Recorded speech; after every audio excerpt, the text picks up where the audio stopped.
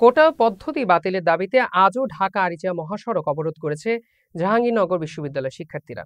রোববার বেলা 11টার দিকে বৈষম্য বিরোধী ছাত্র আন্দোলনের ব্যানারে বিশ্ববিদ্যালয় লাইব্রেরি থেকে শুরু হয়ে একটি মিছিল ক্যাম্পাসের প্রধান ফটকের সামনে ঢাকা আরিচা মহাসড়কে অবস্থান নেয়।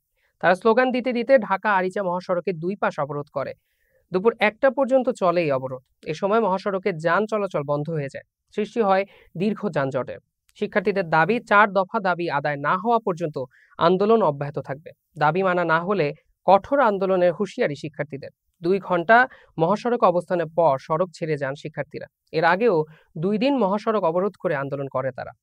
আমাদের দাবি হচ্ছে যে আমরা কোটা প্রথা সংস্কার চাই, একটি যথাযথ কমিশন গঠন করার মাধ্যমে যেন কোটা প্রথাকে সংস্কার করা হয় এবং অপ্রয়োজনীয় কোটাগুলোকে সরকারি চাকরি থেকে বাদ দিয়ে যথেষ্ট কর্মসংস্থান সৃষ্টি করা হয়। হাইকোর্ট যে রায় দিয়েছে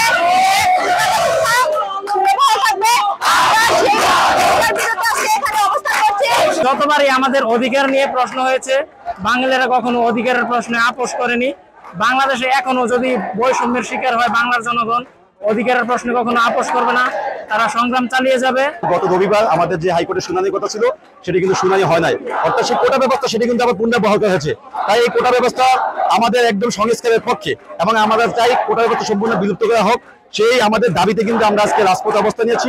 সম্পূর্ণ কোটায় আমরা বাংলার মাটি থেকে আজীবনের জন্য দূরে সরে চলে যেতে চাই, এরকমটাই আমাদের দাবির লক্ষ্য আছে।